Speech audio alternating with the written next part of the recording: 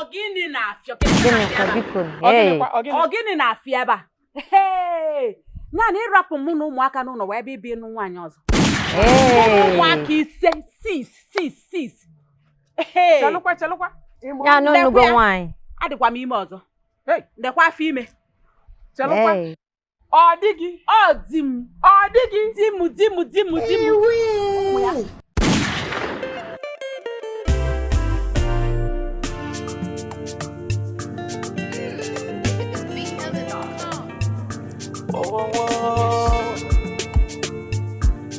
Ije Ihunanya. My brother to get love is just in no days. Una forgot na true love she rike.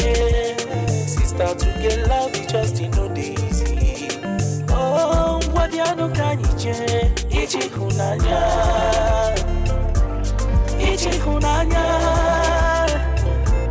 Ije Ihunanya.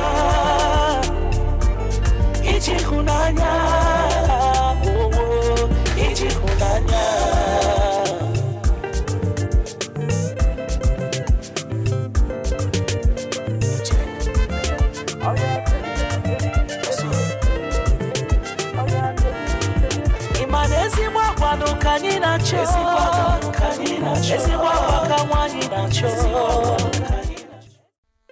Ndị bai daalụnị. Anyị abịakwa ọzọ n'Ije Ihunanya nke Ichaka Studios na-ewetala anyị. Chetakwanụ na Ichaka Studios bụ ebe ụmụ nwoke na ụmụ nwaanyị na-enwero di ma ve nwere nwunye dị avụ nwaanyị na di vavụlụ n'anya. Onye ọbụla chọrọ isonyela anyị n'Ichaka Studios na-akpọ anyị n'ekwentị a ọ na-avụ kịta n'ive onyonyo. O sonyekwala anyị na YouTube, Instagram, Facebook na TikTok. Ichaka Studios unu aka. Onye nọ m n'aka nri bụ nwaada onye Menụbachi ji ndụ. Menụbachi ji ndụ.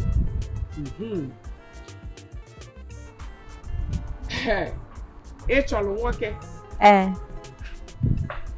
Onye nke enwenụkwanụ m n'aka ekpe dị m ka ọ bịabugo mbụ.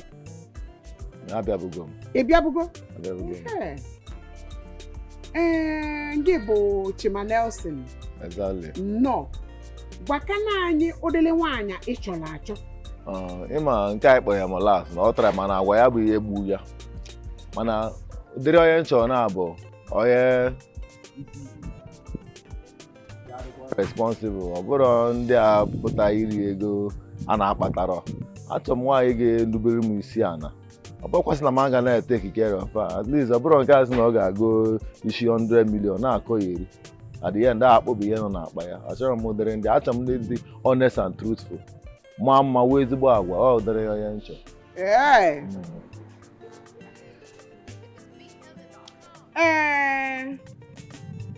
Chijindu, gwakana anyị ụdịrị nwoke ị chọrọ. Achọrọ m nwoke anya lụrụ ana, ezigbo mmadụ, na-abụrụ onye oke okwu, ga-enete mụ na ụmụaka ya anya. Ọ dịkwa ka ọ ya aba. Na-ese no more voice nna anụgori na-eko m na eziokwu. Chijindu, mekenela anyị ka ndị obodo unu si eme ihe ma ọkpana na anyị malụ ma ene na nwa ya ọ makwa otu akwa. Chijindu nwanyị ọma, Chijindu nwa amalụ mma, enenebe ejealụ. Kene ndị Ichaka Studios ndị nọ n'iru veo. Chijindu nwanyị ọma, ịbụ sọ mma. Ogene. O nwezikwana ife ọzọ ji anyị na-abụrọ na unu na-abọ ya atụghalị unu gbuo onwe unu ka anyị malụ ma ife na-ekwu. O sonyekwelu. Ngwa Uwelian! Bịa edochie ebe a ka ị na-eti akwụkwọ. Egori nwa bụ sọ nwa. tomato Jos. Hey! Hey! Nne Ibrahim ị nọ na site eziokwu. I like ka modere mmadụ. Eziokwu. Ọ dị gị mma? Ai! Nwa bụ vitamin C. Hey! Ogene. Nne m. Nene anụ. O nwere ihe ọzọ a na-ekwu mmụọ m nabatara. Efugo. N'imilie. Ngwatụ ya likwu kene ka anyị malụ ma ọ dị ọbụ iru ka ọ bụkwu azụ. Tụgharịa. Hey! Nne ozugbo. Say no more. Ọkụ ya? Ife nne-eri. Nya na ọ dabara. Ọ daba. Sịta ka ị chọtara m nwaanyị. Hey! Obi m. Hey! Nne ị maka o. Daalụ gị onwe gị amaka. Ai! Na-enwelitekwa n'ọnụ na-ekwu ka anyị na-anụ. Isi ya. Asị m na ya nwa na onwe ya amaka. Hey! I'm N'ọnụ blushing. na-abụ I'm bụrụ blushing. unu n'anya. Okwu na-abụọ Chukwu ekene. Maka na ndị niile mmebele bụ abịa a na-anụso ọgwụ. O nwebero ndị bụrụ onwebe n'anya si na ba ya anụ di na nwunye. Mana ka o si na dị na unu na-aba abụọ onwe unu si na unu bụrụ onwe unu n'anya. Nya na ihe enye unu ohere ka unu jee nwa ama na unu ya ebugodo ụzọ. Gwelu akala ekwentị ya nya wee wekwa olu nke gị ka unu kpọtụkwala anyị o ụbọchị unu ya anụ di gbaa akwụkwọ chetakwanụ ndị Ichaka Studios chetakwa na ebe unu si bido Ogini na-afịọ Gịnị ka biko? Ogini na-afịọ ebe a. Hey! Naanị ịrapụ mụ na ụmụaka n'ụlọ wee ebe ibi nwaanyị ọzọ. Ụmụaka ise. chelụkwa Ya n'onugo nwaanyị. Adịkwa m ime ọzọ. Hey! Dekwa afọ ime. Chelụkwa Hey. ọ dịghị Di m. Ụmụ ya. Ndị nke ọzọ nọ n'ụlọ. Nwaanyị abụ onye nsogbu. Amaka ekekwe onye iburu gị bịa ebe a.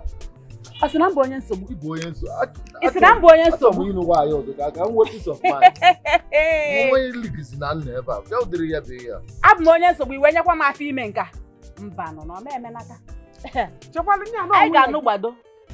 nya nwunye gị Di m ka ọ bụ. nya na ụmụ gị bụ ibe ndị a. N'efe anyị erika afọ ime. Ndị nke ọzọ nọkwa n'ụlọ.